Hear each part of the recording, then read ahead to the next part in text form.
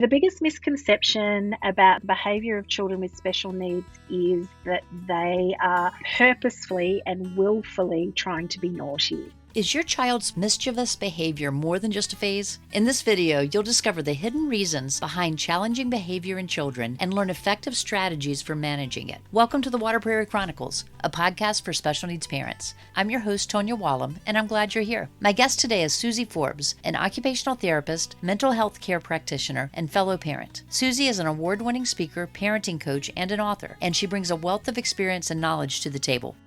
Suzie, welcome to Water Prairie. Such a pleasure to be here, Tonya. I'm very excited. So the topic that we've chosen for this is one that I always get excited about talking about this because I have a child who would have been described as being mischievous when he was young and probably was by a lot of people. And I know we have a lot of listeners who can connect with this topic. So I think it's going to be an interesting approach here. And I'm looking forward to hearing what all you have to share with us and to help us. And listeners, if you don't have a child who you might describe that way, you probably know someone. You may have a friend who has a child that way, or if you're a teacher that's listening in, you may have a classroom with several in your classroom. So so stick with us and see how much you can pick up from what we're talking about. But Suzie, I wanted to start with some of our special needs children engages with what might appear to be mischievous behavior. Can you explain why that might be the case? Yeah, so when I think about mischievous or naughty sort of behaviour, um, I always think that all behaviour is communication. Okay, so for some children, it might be driven by they are seeking some attention or they're seeking some connection, but for other children, it might be driven by some sensory needs or some emotional needs that are not being met, which is kind of what that attention seeking, which is what I will hear from other people sometimes is actually doing. It's actually trying to meet this emotional need for connection, or even some communication needs. So I worked with a poppet who this mum had two older boys that had ADHD diagnosis. And this little poppet, her little 18-month, 20-month-old, was just causing terror the whole time. So he didn't have a diagnosis, but he was really what people would say was naughty and mischievous. So the boys would build with their cars, they'd get their car tracks out and they'd build this whole Hot Wheels cool thing. And he'd just come in there and shred it, rip it down, and then scream when he was redirected and all of these sorts of things. So she came into me and she was like, well, does he need neurodiversity assessment? Like the other two boys have been given diagnoses of ADHD. Does he need that at this? And I'm saying, no, look, he's 18 months, he's 20 months. Let's think about some of the things that are going on. And we actually looked at the behavior and when it was getting worse, and we could actually identify some of the underlying things that happened. And we turned this around for this family. Now, I'm not saying that down the track he may not end up with a different sort of neurodiverse diagnosis, but we changed their lives from one that was driven by literally, he was like a Tasmanian devil, biting, screaming at her, knocking all the other kids' toys over. So even when they were regulated, he would just destroy play. So no one could play. They couldn't even sit at the table and eat together as a family. And so we really worked on what is underlying that behavior. And I was able to put lots of different things in place, which I can talk to you about what they were if you're interested. But just as a story, you come in and you're like, this child's behavior is so bad, the family can't function across a day, just a normal day, even if they're at home. And then if they go out into the community, it's even much worse. And then there's all that embarrassment and shame as well that mum has to deal with. So, it was a real game changer for them to be able to actually understand the neurobiology, which is what was actually going on in his brain and at that developmental level as a little toddler as well, really specific to that. And then also how that was impacted also by the way his brothers reacted, because they were a bit more reactive, even when they were more regulated themselves. They tend to still not have that impulse control. But, they were 4 and 6. They weren't, 15 Well, and 17. I'm picturing these two boys. They spent all this time to build their tracks and to get it all ready. I'm sure they exploded a little bit whenever it got destroyed. Yeah, so then it would be like World War III, right? Right. And this poor mum's trying to cook dinner. She's like, "I thought I got the older 2 settled," and then, Right. the little wrecker has come through and just shredded everything. So, of course, they're gonna have some response to that, and, it was really hard for her to manage that, but it didn't take a lot. It was very much parent coaching because obviously he's really tiny, and so I did a lot in the clinic where I had her playing with him and I coached her to play with him in a more productive way.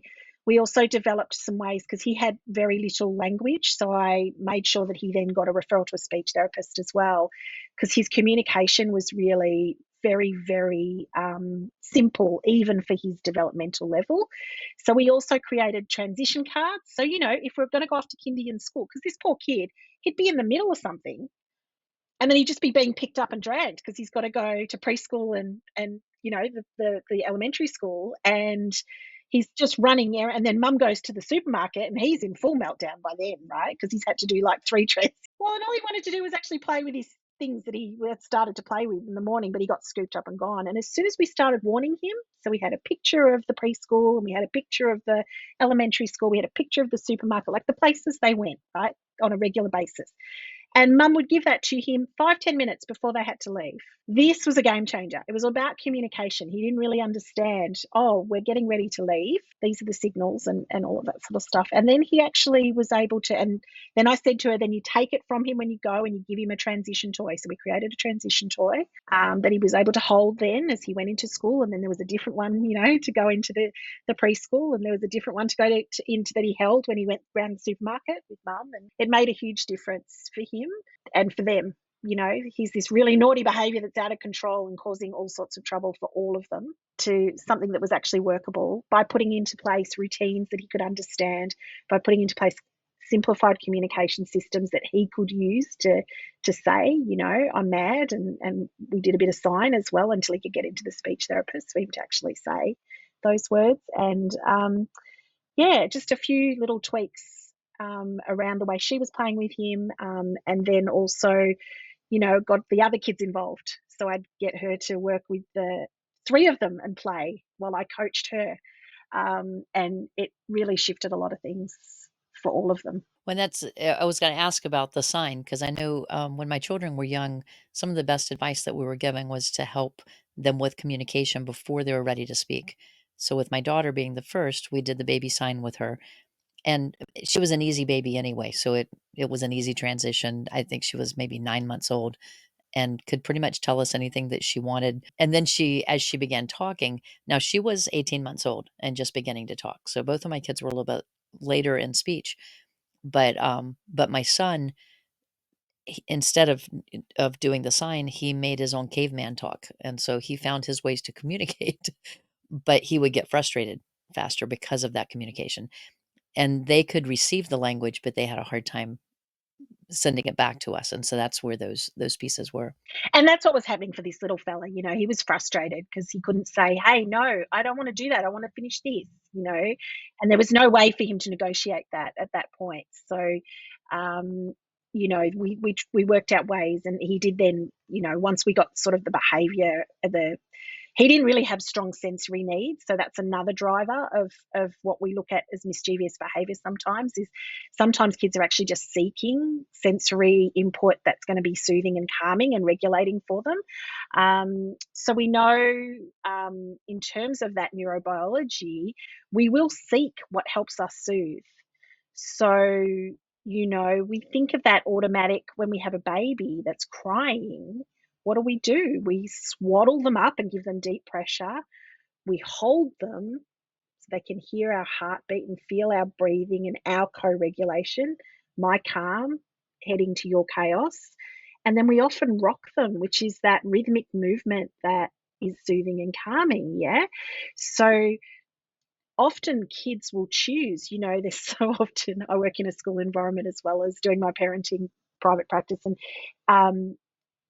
kids will be rocking in their chairs. Why are they rocking in their chairs? They're rocking in their chairs to regulate themselves. Either they're falling asleep, they're struggling to actually energize themselves, or they're actually really overactive and they're trying to calm and soothe their nervous system. So when we watch kids' behavior, we actually get a lot of clues about what sorts of tools are going to work for them. We just need to then maybe direct those and reshape them so that they work in a way that's appropriate for the environment that the child's in. Yeah. Because what one tool that works out on the playground isn't probably appropriate for in the classroom, and it might not be appropriate for at the dinner table, but it might work out in the classroom, out in the playground, or, out playing with friends after school. It's really important that we think about the context as well as the purpose of the behaviour, and what's actually driving it underneath.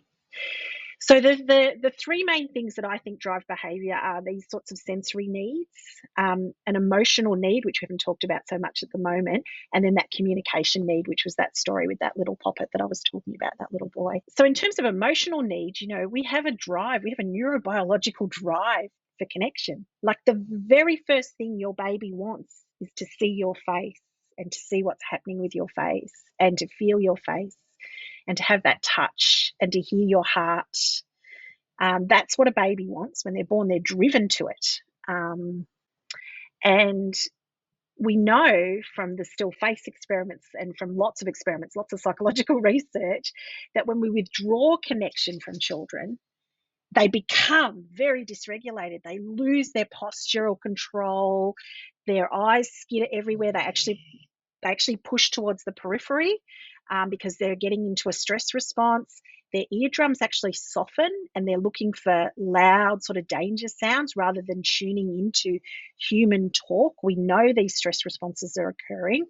And the only way to restore the postural control, the visual attention, the auditory attention to speech sounds, is to actually rebuild that connection and recreate that safety, the safe connection. So when we say kids are attention seeking or their behavior is attention seeking, I like to replace it with their connection seeking. And again, we need to look at ways that we can do that are appropriate for them and that meet their needs, but that are also appropriate for the rest of the family and for the context that, they have to go into, and teach those skills really explicitly often for children that have neurodiversity. So you said communication, connection seeking, and what was the third? So your sensory needs being met, your emotional needs being met, and your communication needs being met often all underlie what we see as behaviour, whether that's good, bad, or otherwise. But when we have really mischievous children, there's often this sort of underlying need that hasn't been met. And in saying that, kids with neurodiversity, so for example, a child that does have an attention deficit disorder, there's very different neurobiology in terms of their inhibitory pathways in their brain. So they find impulse control difficult. Yeah. So even if they're getting their needs met, they might actually have bigger sensory needs. They need to move more, they need to touch more in order to actually meet that. So their sensory threshold is much higher. They need more of it to actually meet that need. Does that make sense? It's not an equal playing field. It's not equal. We're looking for equity, not equality, And then when that need's met, then you see a much calmer, more regulated child. So can you give me an example? Now, we talked about communication. Can you give me an example of what a child who is sensory seeking, maybe what type of behavior you might see for someone who is seeking sensory input? So I can give you an example, actually, because I worked in the United States for 10 years in different school settings. And so I'm thinking of a little boy that I worked with in a preschool in California, and he could not sit at all. So, we'd want to have morning circle and greet all the kids and sing a little song, tell a little story, and then let them go play again. So they'd come in, they'd do some free play and structured play, and then they'd come into the morning circle. And he could never do this. He was so bouncy beans, could not. He had this real need to constantly move, move, move, move, move. And so we worked with him and his team around what sort of movements he's doing. And he was actually twirling a lot. So he was, you've got your beautiful little circle, and he's kind of like 12 around the whole circle, which was not disruptive at all. It was pretty disruptive. Um, and all the other kids are like this, because it's just a classroom of special needs preschoolers. So, they're all fairly easily distracted. So we're like, we've got to do something about this. And we wanted him included. We didn't want to move him away, and I'm like, no, we need to regulate him so he can come in and be part of this. And he would answer the questions and he would sing the songs. He was just literally pirouetting around the group. Anyway, so I'm like, all right, he needs to swirl. We need to turn him. So I did some things where, I'd have the staff do like ring around a rosy with him 3 or 4 times right before circle time. It didn't work. Wasn't enough. So I'm like, no, we need more intensity. We need more intensity. So we did this 3 or 4 times. And then I realized I got him on a sit and spin. I taught him to really, so he got that proprioceptive work of pull, pull, pull, pull, pull. But he was spinning, spinning, spinning very, very fast. Like we were all feeling sick watching him spin because our vestibular systems are much more sensitive as older people. It actually thickens the fluids in there that tell us we're moving, and we're all like, oh no, we feel sick because he's spinning so fast.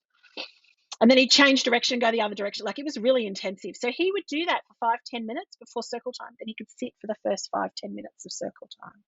He never stayed all the way to the end, but it allowed him to come and have the greeting and do the first song or the first little bit of the story together. And then he was able to get up and go and do his little spinning thing for the last little part of the circle time. So it made a massive difference, and we were able to then lengthen that over time. So you're just finding the right key to the lock, if you know what I mean. And again, I was looking at his behavior and saying, what is it that his body and his brain need?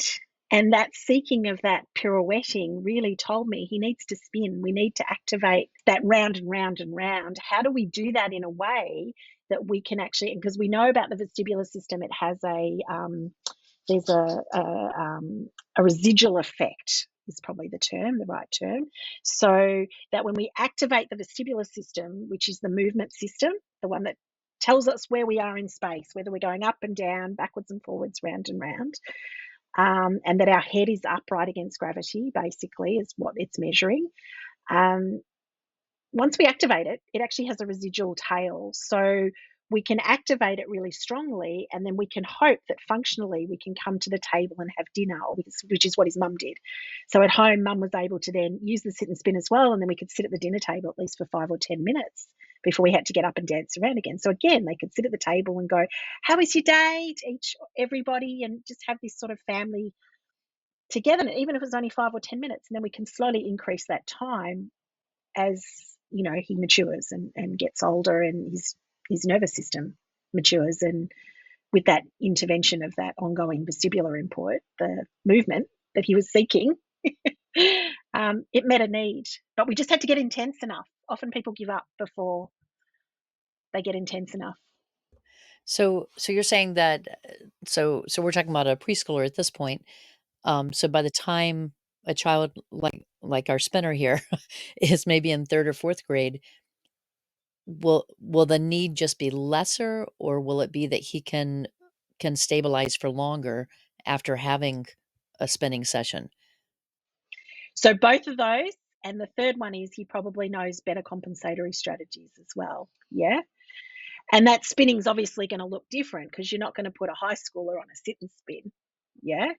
But a 10-year-old might get on one of those playground spinny things, those ones where they twirl, twirl, twirl. Like here in Australia, we have ones where you actually stand your feet on them. They're like a pole, and you stand your feet on them. And the more you pump your body, the round and round and round. In the US, there's more those ones where you ride on, you push with your feet and you can ride on. So that sort of a thing might be more appropriate for that age. But then you also have kids that I worked with I was going to say young person, but he was probably only 5th grade, 6th grade, so middle schooler for you guys. He was a movement seeker, but he sought linear movement, really fast linear movement. And I said to his parents, let's try something like skating. And he became a state speed skater. He got to states level I don't know if he ever made it to nationals, but within 12 months, he was a state speed skater because he was so driven to go fast forward, right? So again, let's channel that somewhere where he can be a rock star. Well, he was a rock star at it, this kid, but in the end ended up being a rock star at it. But channel that energy, like watch your child's behavior. Think about what's underlying that. That's him driving to try and organize himself. And that can actually help him get through the stress of the day. So even though he's gotten older, he's still masking, he's still working really, really hard to stay regulated throughout his school day. But if at the end of the day he knows he's going to hit that speed skating rink and he's just going to go round and round, and it just started with him having fun. They would just take him every afternoon and he was just having fun. And then some coach got whiff of it and went, whoa, let's have a look at that kid. Let's get him in a squad. And, like that's exactly how it happened. It was really interesting. And this was a family that had wealth, so they had the money to pile into that sort of a program for him. We have a lot of families here in Australia that don't necessarily have that, but it was pretty spectacular to see he could take that. And he was never going to be a rock star at school. School was always going to be hard work for him, right?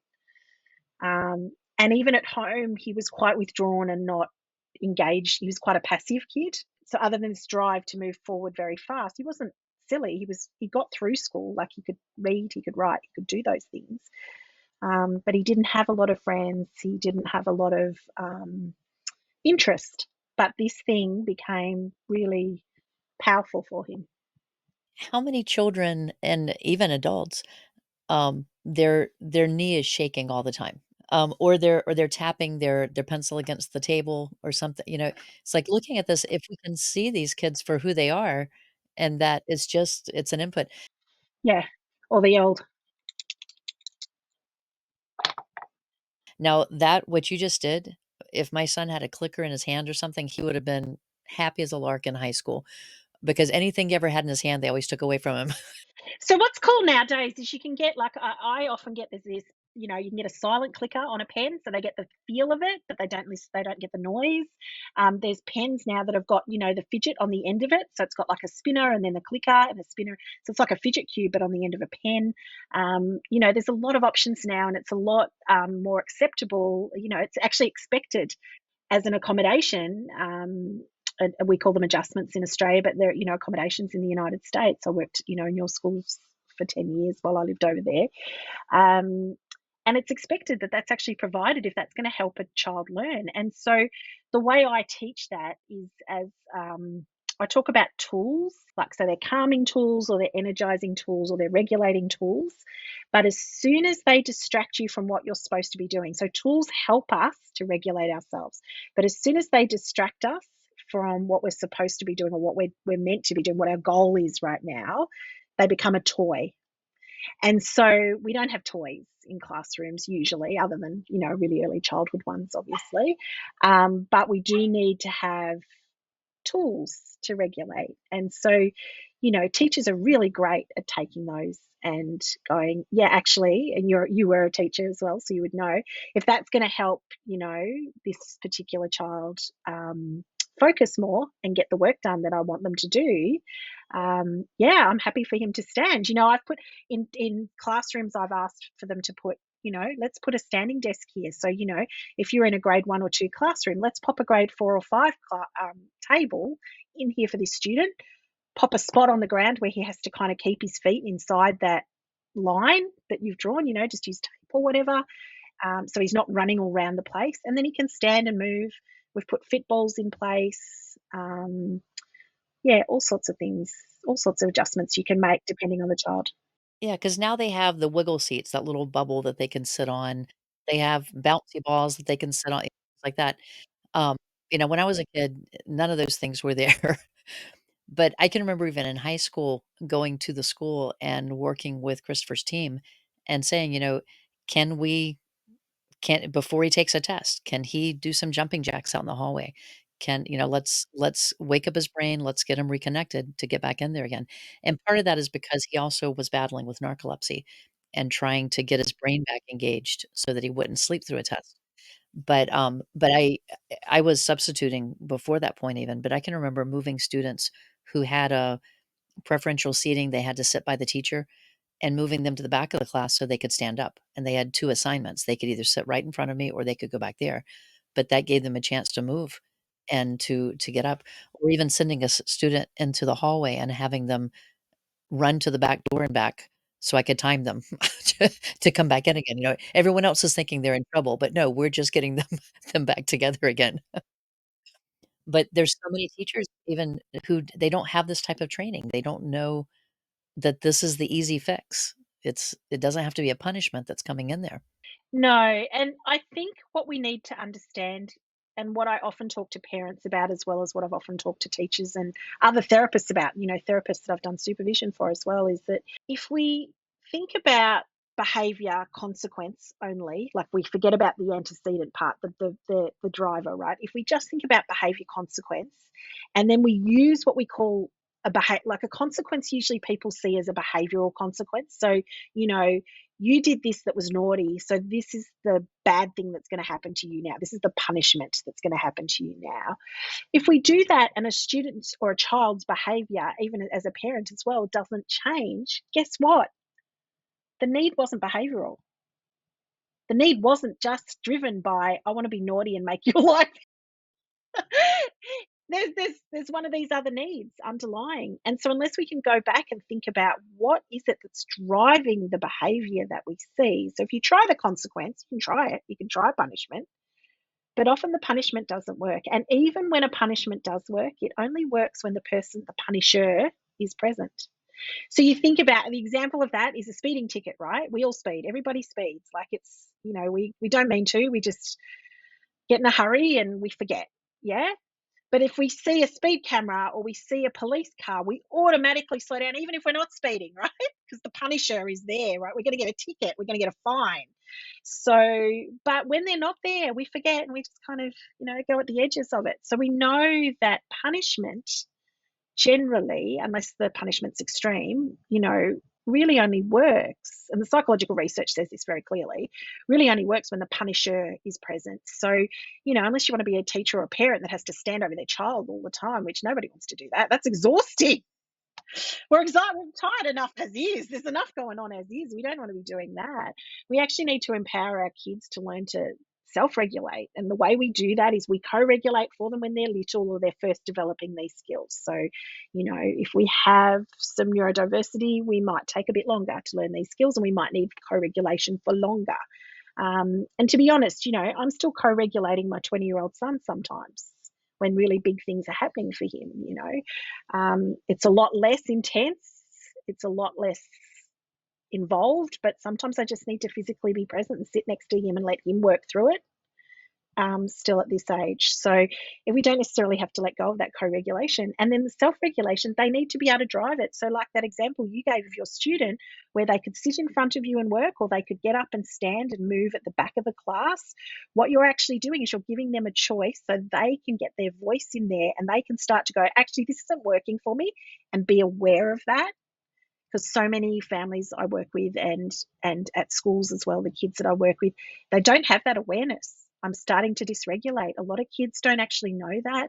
A lot of parents haven't yet modeled that for their child. So, teaching parents to be able to say to them, hey, I'm feeling a bit wiggly right now. I'm feeling a bit like I've had a stressful day and I'm a bit wiggly. I'm going to go for a walk with the dog because I know that's going to help me calm and soothe. Do you want to come with me? So just modeling that, or noticing that in your child, hey, I can see that you're really, really, your legs really wiggling at the moment and you're talking at me really fast. I think what we need to do is do we want to go and shoot some hoops together? Or do you want to come for a walk with me? Or do you want to hop on your bike while I go for a jog, or whatever it is, that works for your family? And for your child's going to help them regulate. So we shot lots of hoops, my son and I, for years and years and years. We did a lot of shooting of hoops to help him manage his anxiety. And yeah, I think that, being able to model that for our kids, they're the steps to regulation, yeah, and to reducing that mischief, because that mischief is usually driven by one of these underlying needs, really, that ends up in dysregulation. Right, so we've talked about communication, we've talked about sensory. What's an example of an emotional, like, what might be seen in a child who's has an emotional seeking behavior? Well, it's the child that people are like, "Oh, they're just attention seeking."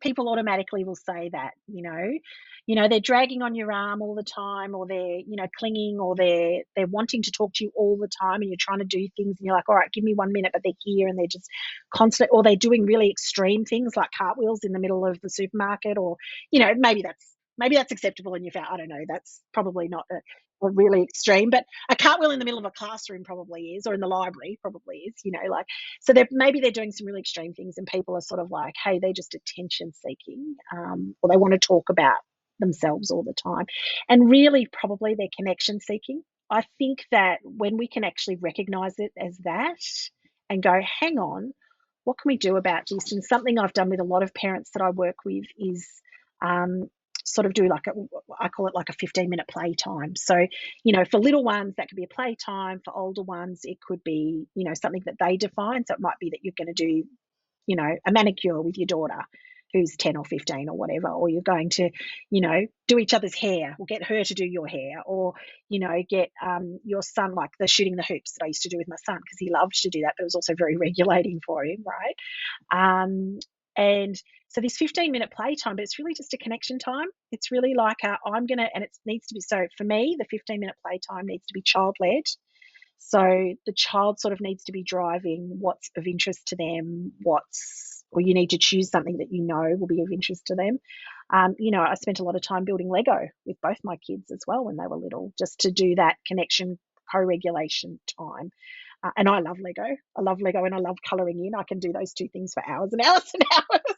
So it's calming and regulating for me as well. As I was a single mum, trying to raise two kids with really big emotions, and so working out what that's going to be. But they were always really driven to the Lego. I had a Lego table when they were young, so they were always driven to the Lego table. If they went to the Lego table, I'd go sit down next to them and I'd go, right, whatever I'm doing, I can put on hold for 10, 15 minutes, and then I can have that chat. How was your day? What happened today? Who'd you play with? What was going on? And, what was the best thing that happened today? And what's happening on tomorrow? What are you looking forward to? Those sorts of things. And, inevitably they'd tell me about all the things that went wrong rather than the things that went right. But it was really a time to connect with them versus them then playing up and carrying on, after school and just going, mom, mom, mom, mom, mom, which just drives you crazy. What I think a good piece of what you just said was 10 to 15 minutes. So parents, we're not talking about spending all the time that you need to fix dinner with this, but taking a few minutes. When our kids were probably elementary age, my husband and I would say that we wanted our 10 to 15 minutes that was just our time first. And that was that same thing. We needed to reconnect. If we're gonna be together as parents of the kids, we had to take care of us first.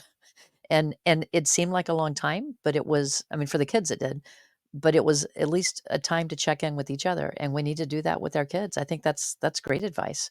And I'm flashing back to all the times when I was coloring with the kids or painting with my daughter, or taking a walk at 10 o'clock at night with my son because he couldn't settle down while he's skateboarding beside me to through our neighborhood. And they were all about 10 to 15 minutes. Yeah, I went through a phase where my son wanted me to play 2K with him, the NBA game.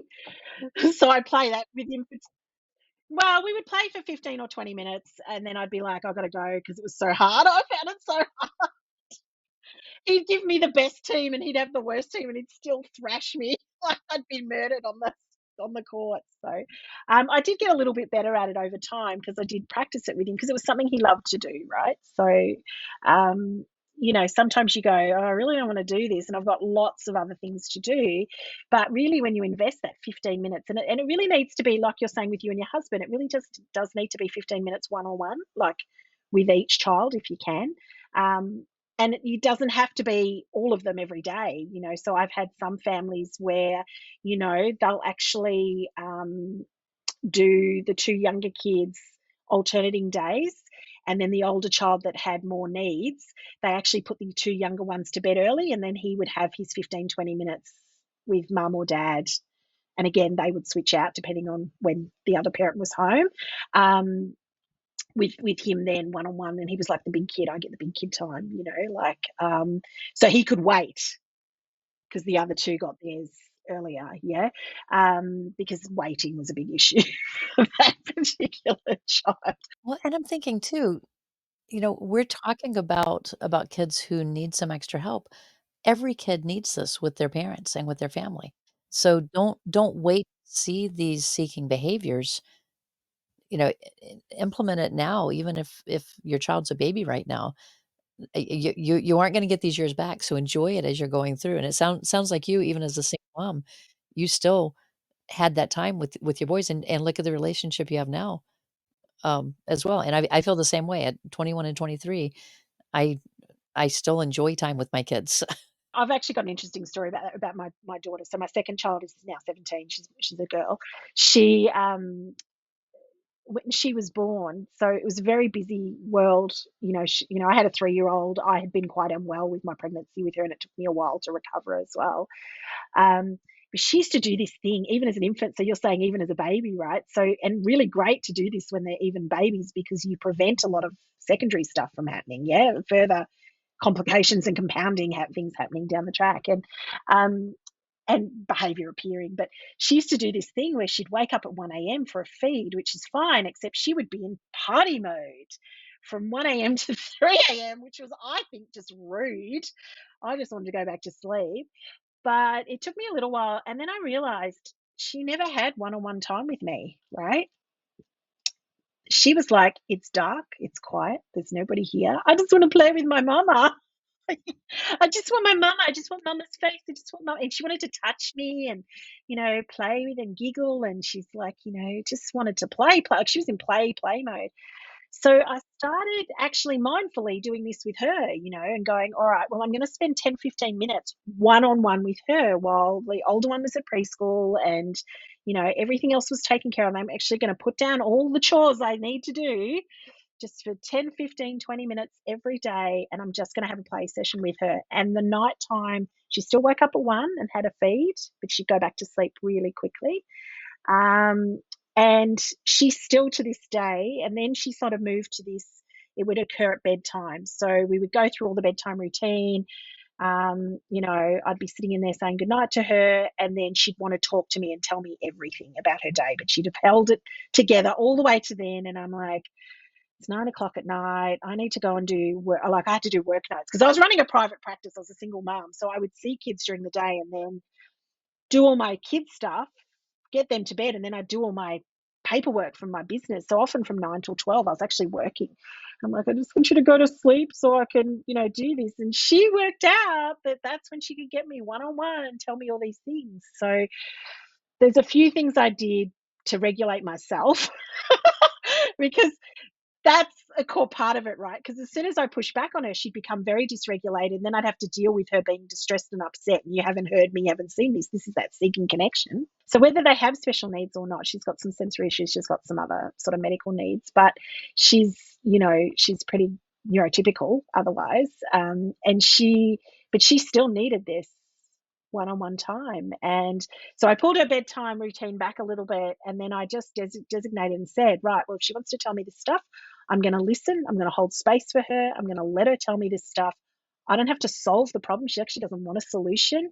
So it's not another thing added to my very long list of things to do, which is what was stressing me. And then I was actually able to stay really calm and regulated and see it as connection time. She was good. And what's great about it now, Tonya, is that, at 17, if she says to me at 9 o'clock, she says to me, Mama, at 9 o'clock, I know something's happened. But, the problems are much bigger at this point. When the kids do things, it's you kind of got to be present at that point in time as they get older. So, but now she tells me, she moves towards me when there's trouble, even if it's not her trouble, even if it's friends that are in trouble.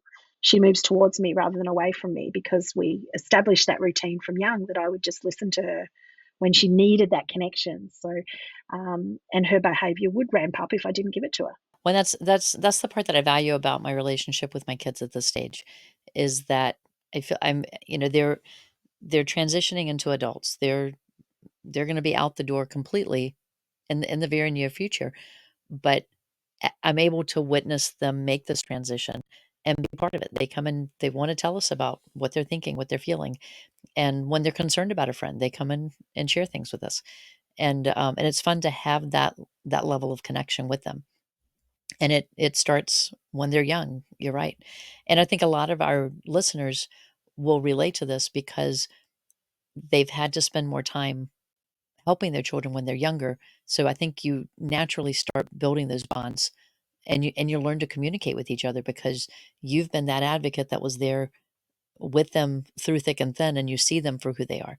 So this is really good information. So we have the communication, the sensory, and the emotional. I'm picturing now different children as we've described this. I appreciate you giving the examples.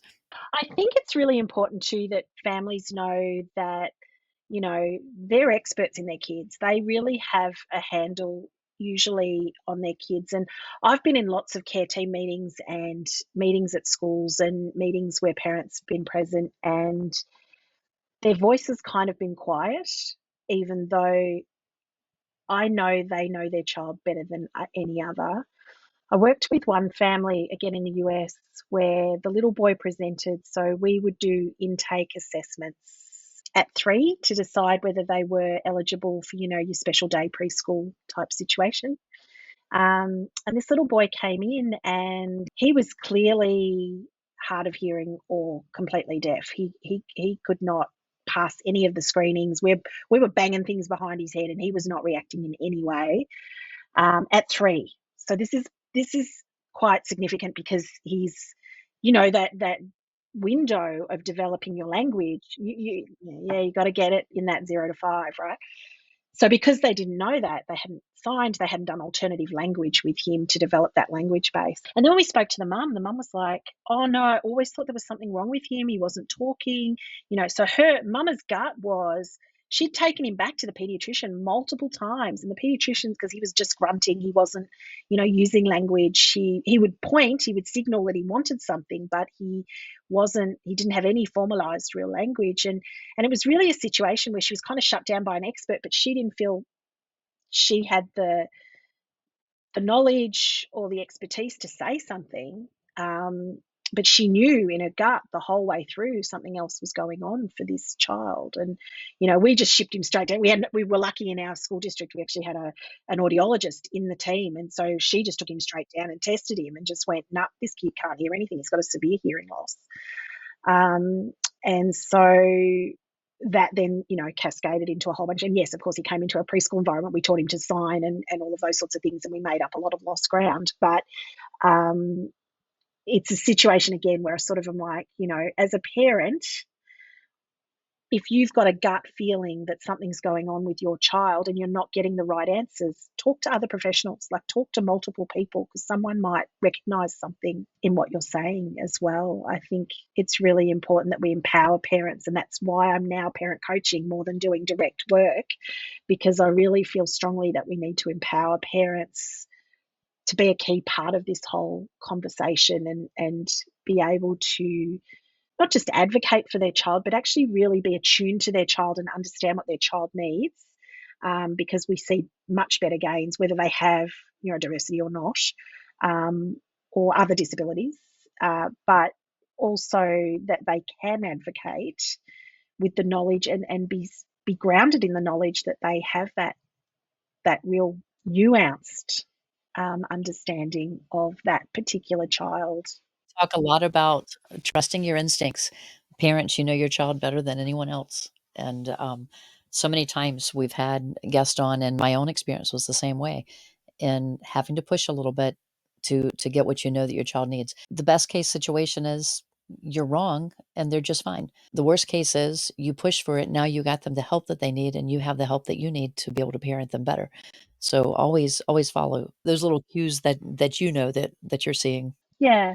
And I think sometimes it's also about stepping back and making sure you're attuned with that as well. So some parents that, they come in and they want to fight for their kids, well-being, but they don't actually know what that looks like. So, a lot of that coaching that I do then is then, okay, I get that, but let's step back and let's think about what because you know this stuff. You just haven't defined it. So let's unpack that and let's look at what your core values are and what your core goals are as a family, not just for that child, but for you and your family. And let's actually think about how that all fits together and what we can do to get you there. Because I think what happens as health professionals and allied health teams, we come in and we go, oh, I've assessed this part of the child, I've assessed this part of the child, I've assessed this part of the right. And then there's all this advice flying left, right, and center. And I'm kind of like, yeah, but what does the child want? And what does mama and papa want? Like, what did mum and dad want? What's the child want? Where are we actually going with this? What's the real overarching need and what's the real overarching desire as well? They're really important pieces that I think sometimes get pushed a little bit to the side. And so, yeah, you'll get some parents that will come in like a bull at a gate, but not necessarily know how to define those things, which again just puts team offside, which you don't want either. You want to be able to approach it with, hey, I've watched my child and I know that A and B work. I'm not sure why, maybe I do know why, but maybe I don't know why, but I do know that these things are things that I've done with them that have worked or things that I've noticed, and be detailed and specific about it. This season, we've been working on giving advice by finishing some open-ended statements, and Susie has agreed to play along with me today. I have 3 that I'm going to give her, and so Susie, I'm going to say it. I'm going to have you repeat what I say, modify it if you need to, and then finish with whatever advice you want to pass on that topic. So the first one, the biggest misconception about the behavior of children with special needs is? The biggest misconception about the behavior of children with special needs is that they are purposefully and willfully trying to be naughty. That can be true some of the time. We need to be careful about it. But often that behavior is actually communicating another underlying unmet need, whether that's sensory, emotional, or a communication based need. All right, so the second one, the best parenting advice I've ever been given is? So, the best parenting advice I have ever been given, and that I actually give a lot, is to actually trust your knowledge and wisdom of your child.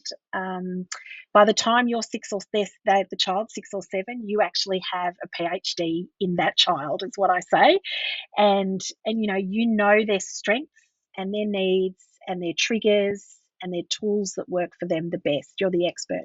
All right, and then the last one that I have for you is the most rewarding part of being a parent is? The most rewarding part of being a parent is being able to support them to achieve something that's important to them and seeing the fruits and the joy of that particular labor. And it can be something really, really tiny. It doesn't have to be really big. So it might be that you've supported your child to build their friendship skills. And then, you see them playing with another child, or you see them just laughing with another child on a play date or at the park, etc. Or maybe actually being able to activate a switch. So I've worked with kids that are, they'll have their favorite toy connected up to a switch, and we've been working on mastering just hitting that switch if you've got a child with a significant physical disability as well.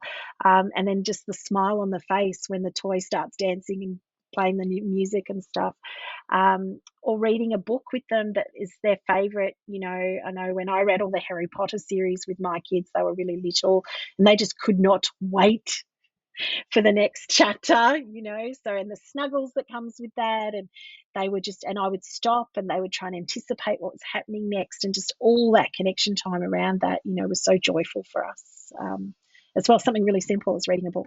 Well, before we go, I want you to share, if any of our listeners want to check out what you're doing, if they want to get in touch with you with any questions, how can they reach you? And tell us, do you have any projects going on? What are you doing now? I am doing some parent coaching and running a parent program as well, small group program for parents that are wanting more support around their child with big emotions. So that could include a lot of kids with neurodiversity. It includes some families that have had, some intergenerational trauma and those sorts of things as well. And they're trying to break that cycle. And just some kids that have got some, sensory processing differences and are really got really big emotions, which is very much like both of mine. And so they can get hold of me on Instagram or Facebook. My business is called The Wonderful Society, my pages. I can send you the links for sure to put in the show notes as well. Well, Susie, I could talk to you forever. This is I like I said, I threw my questions out because there were so many more that I wanted to ask. Thank you for sharing all this with us. I've learned a lot. Some of these things I have looked at before, but you took it to that next step, and I appreciate you sharing that with us. Yeah, thank you. You're welcome. I have lots and lots of stories. I still have lots of stories in my story bank that, yeah, I thought about telling you, and I was like, oh no, I think I've told one about that. We don't need more than that. But yeah, there's some pretty spectacular families that I've been privileged enough to work with, and that's to me, it's an honor and a privilege every day what I get to do. I'm very lucky. Thanks for joining us today. I hope that Susie's insights have provided you with a deeper understanding of the neurobiology of mischief and regulation in children. Whether you're a parent, family member, or teacher, I hope you feel you're better equipped to implement effective strategies and create a more positive and fulfilling experience for both you and the children in your life. Don't forget to subscribe and share this episode with someone who would benefit from it. If you're looking for more information on parenting emotionally intense kids, check out this interview with my friend Anouk. I'll see you next time.